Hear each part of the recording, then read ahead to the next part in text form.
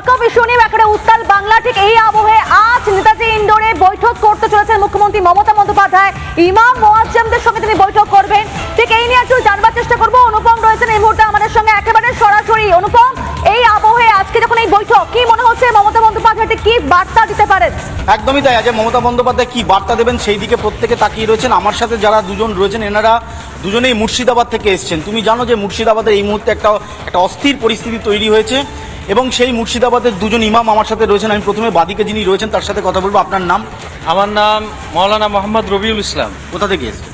আমি এসেছি মুর্শিদাবাদ ভগবানগোলা 2 নম্বর ব্লক। কি বার্তা চাইছেন আজকে মমতা বন্দ্যোপাধ্যায়? আজকে এতটুকুনি আমাদের নেত্রীর কাছ থেকে জানতে চাইছি যে আমাদের এই কালা কানুন ওয়াকফ বোর্ড যে বিল পাস করা হয়েছে, আমরা সরাসরি তার মুখ থেকে এই বিল সম্পর্কে কোনো একটা বার্তা আমরা শুনতে চাই। তার জন্য আজকে আমরা এখানে এসেছি।